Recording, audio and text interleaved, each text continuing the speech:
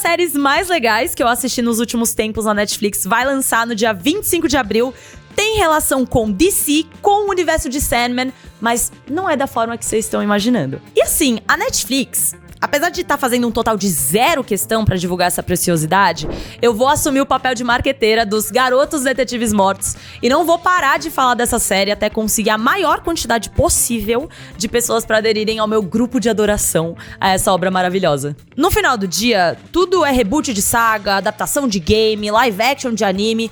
Parece que faz muito tempo que eu não me animo com algo que seja de fato original, sabe? Até aparecer essa série que me fez lembrar que materiais originais ainda podem existir nesse mundo. Mas vamos lá, o que é Garotos Detetives Mortos? A obra que vai chegar na Netflix, envolvendo showrunners que tiveram em produções como Supernatural, Sweet Tooth, The Flight Attendant e Arrow. Nesse momento, a maioria das pessoas que manja alguma coisa dessa série, que no caso não são muitas pessoas, só sabem uma coisa: tem relação com Sandman. E o primeiro questionamento que vem com essa afirmação é: cadê o sonho? Questionamento esse com o qual eu respondo: não esperem ver os personagens que conhecemos lá em 2022. Mas ao mesmo tempo, não se preocupem, porque em Garotos Detetives Mortos, a gente é introduzido a novas personas tão incríveis quanto as que conhecemos em Sandman.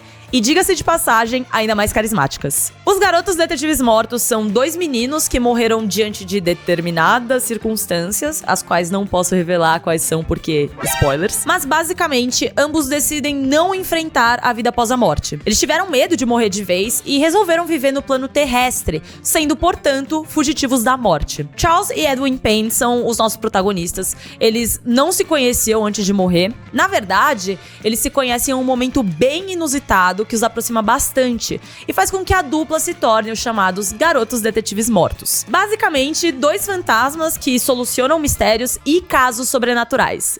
É meio que uma vibes Scooby-Doo misturada com Supernatural, digamos assim. Para alguns, principalmente aos fãs do autor Neil Gaiman, esse nome pode soar familiar. Os Dead Boy Detectives foram personagens criados por Gaiman e Matt Wagner durante o enredo Estação das Brumas em Sandman número 25. Nos quadrinhos, as suas histórias apresentam uma versão macabra de 2 gêneros da ficção infantil britânica: a literatura de internato e histórias de detetives adolescentes. Em 2001, eles receberam a sua própria minissérie de 4 edições, Sandman Presents Dead Boy Detectives, do escritor Ed Brubaker e do desenhista Brian Talbot. Eles também fizeram aparições em Os Livros da Magia. Fora das HQs, eles tiveram uma ponte em Patrulha do Destino, mas com atores completamente diferentes. E aí, vem a pergunta do milhão. O que o Crazy Frog quer?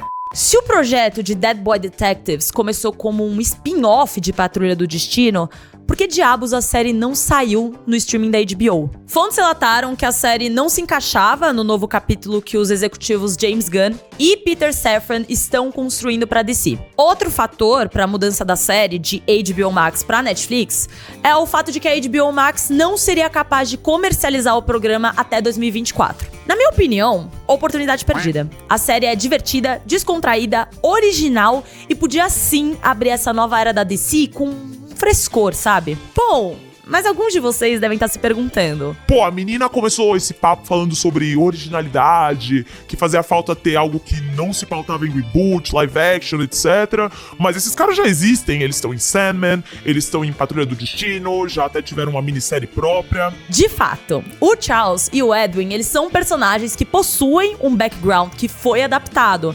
Mas isso não significa que o que tá na série já tenha sido apresentado anteriormente em outra mídia. Eu queria poder me aprofundar mais nessa originalidade, mas eu não posso dar spoilers nem fazer a minha crítica nesse vídeo. O que eu posso dizer é que eu bati um papo bem legal com o elenco e com os showrunners de Garotos Detetives Mortos, e esse papo com certeza vai deixar vocês com ainda mais vontade de conferir o conteúdo. Além de provar que tem tanta coisa legal, bem trabalhada e original, que fica difícil definir qual a melhor qualidade da série.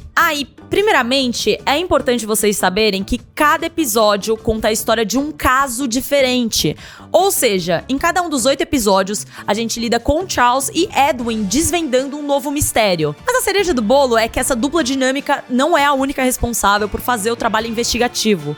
Os dois, por um acaso do destino, acabam se juntando à paranormal Crystal e à sua amiga Nico. A Crystal, inclusive, ela super se encaixa como um caso pros garotos detetives mortos. Ela foi possuída por um demônio que acaba roubando as suas memórias. Por conta disso, ela não sabe quem é, da onde veio, por que veio, enfim, não sabe basicamente nada sem ser o seu nome. Por conta disso, ela procura um local temporário pra viver, enquanto não descobre mais sobre a sua própria vida. Ela acaba alugando um quarto em um prédio pra lá de diferentão. Isso porque é um prédio nos fundos de um açougue esse da nossa querida Jenny, uma das personagens mais incríveis da série, e acaba ficando vizinha da nossa querida e carismática Nico, uma menina ingênua, divertida, fã de animes e mangás, que acaba sendo super parceira da Crystal. Elas acabam se tornando amigas e o destino acaba juntando esse quarteto improvável: Charles, Edwin, Crystal e Nico, pra solucionar os casos paranormais. E a verdade é, todos são incríveis. Tanto é que quando eu perguntei pro elenco qual era o personagem favorito deles, as respostas foram super variadas. Easy. Jenny the Butcher. Yeah. Listen, Giovanna, there's so many. I'm gonna say Esther Finch. Okay, now I actually do have two, because one of them is definitely the witch, is Esther Finch, played by Jen Lyon, who's incredible. Iconic.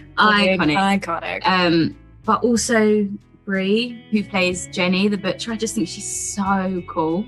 Like, she's my big sister. I've always wanted. Yeah, and I want to be that cool. Like, she's as Jenny, she's the coolest person I've ever seen in my life. I mean, Brie's cool as well, but as Jenny, yeah, so cool. I would love to play Charles. Yeah. I think he just gets into so much mischief, and he has a smile on his face, and he can get away with anything. And that kind of quality would be fun to have. That's the beauty of our show. I think every single person's gonna have a different favorite. Eu concordo plenamente com o Jaden, porque o meu personagem favorito não é nenhum desses que foi citado. E na verdade, ele costuma mudar sempre que eu penso muito na série, porque realmente não tem como não se apaixonar um pouquinho por cada um. Uma outra coisa que vai dividir opiniões é: qual é o melhor episódio? Nós temos uma história principal que envolve principalmente o fato da Crystal ter perdido as memórias e também uma confusão intensa com uma bruxa pra lá de pomposa chamada Esther, que, como vocês puderam observar, é uma das personagens favoritas da galera. Mas enfim, cada episódio, como eu disse, nos apresenta um novo caso a ser solucionado. I come from a show called Supernatural. You know, two brothers, you know, solving mysteries of a supernatural nature. But oddly, I would say one of the big inspirations was the Hardy Boys. Like doing little books that are these kind of contained mysteries. We knew that we really wanted that element, that each episode was going to be a sort of mystery of the week kind of thing while we still had our larger story running. My favorite case to work on was in episode 5. I think it's called The Case of the Two Deadly Dragons, because it's the first time we kind of see Edwin in a space in 2023 interacting with teenagers from 2023, which is when the show's set. You know, there are a couple of lines where he doesn't understand the modern language or the lingo. Yeah. And I think it's really fun, as an actor, it's really fun to play that. My favorite one to work on was definitely when we were writing episode 3, which is the haunted house episode with the ghost trapped in the loop. Besides Toothface, which we love, because a giant mushroom with teeth is amazing.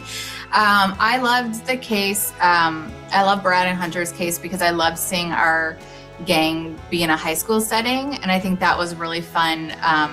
Just even seeing, like, you know, Edwin, just some of the modern references with Molly is like one of my favorite lines.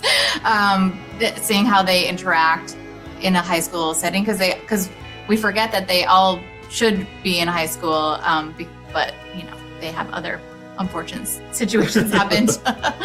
E no meio desses personagens incríveis e casos malucos, a gente se depara com tanta coisa que é fácil de se relacionar. Eu tô lendo algumas pessoas categorizando a série como teen, mas no final do dia, assuntos como autodescoberta, vulnerabilidade, a difícil tarefa de compreender seus próprios sentimentos, a coragem de enfrentar os seus traumas, são temas que não possuem idade exata pra gerar uma identificação. Bom, novamente, eu ainda não posso dar a minha crítica sobre a série, mas acho que deu pra perceber que eu gostei, né? E eu tô torcendo pra que vocês gostem tanto quanto eu, se emocionem como eu me emocionei e se divirtam como eu me diverti. Ah, e se tiver quórum, eu vou obrigar a gente a fazer mais vídeos de Garotos Detetives Mortos. Então, ó, assistam a série que vai estar disponível no dia 25 de abril na Netflix e depois contem pra gente o que vocês acharam.